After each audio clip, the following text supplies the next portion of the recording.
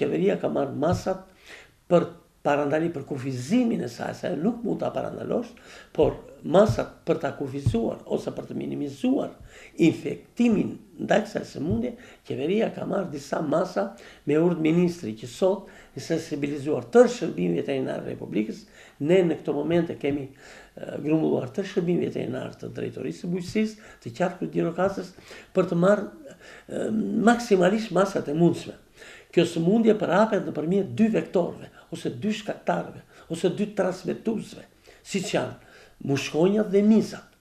Në këtë kuadër, ne i bëjmë thirrje gjithë komunitetit fermer, të cilët mashtrojnë gjedhë të moshave të ndryshme, të cilët ata absolutisht që nga dita e sotme nuk duhet të lëvizin nga vendi ku banojnë. Tregjet nuk do ketë treg më deri në 1 orë të dytë. Në qarkun e Gjirokastës tregu i populluar, se tregu që është efektivisht tregu i Ballabanit në rrethën e Përmetit, por dhe tregjet e tjera, apo lëvizjet e kafshëve të gjedhit nga njëra zonë te tjetra, nga një rreth te tjetër, është absolutisht e ndaluar.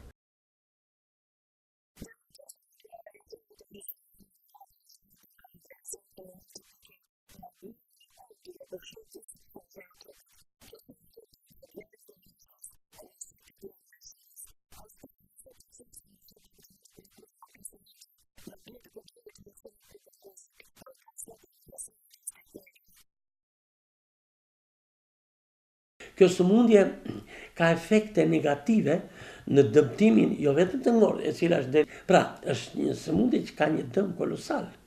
Ajo nëpërmjet këtyre transmetuesve të sëmundje bën të mundur që ato të infektojnë njëri tjetrin, pasi lëvizja është e vetmi mjet që mund të kufizojnë.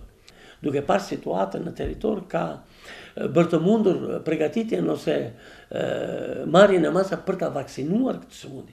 Dhe shpejti, detyrimisht, ajo do bëhet vaksina. Por ne kemi detyrimin ligjor që ta parandalojmë nëpërmjet këtyre masave.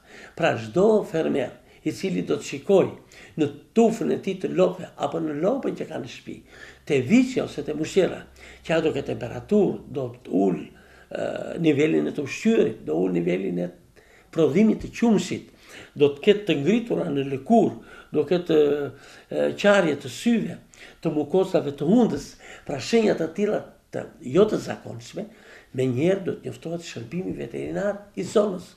Qoftë ky shërbim privat, shtetëror, apo mboll të jetë shërbim të dihet që është specialist veterinar.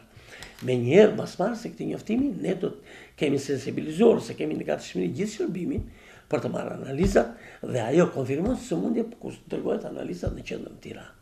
Pra ne do të lutemi tërë fermerëve, tërë komunitetit që të jenë të vëmendshëm ndaj kësaj sëmundje, të jenë vigjilente, që me të parë ata të njoftojnë dhe më kryesore të ndalohet lëvizja e tyre. Kjo është masa paraprake. Ne do të bëjmë, do të sensibilizojmë opinionin nëpërmjet shërbimit veterinar, do të kemi dhe fletpalosje të ndryshme si kjo këto për shembull, e cila tregon edhe nivelin ose çfarë është kjo sëmundje nga pikpamja nga ana vizuale, dhe këto ta çojmë në të gjitha qendrat administrative, në fshatra, në vendet ku grumbullohen njerëzit, por e rëndësishme është që gjithë komuniteti të sensibilizohet që kjo sëmundje është me pasoja të rënda ekonomike.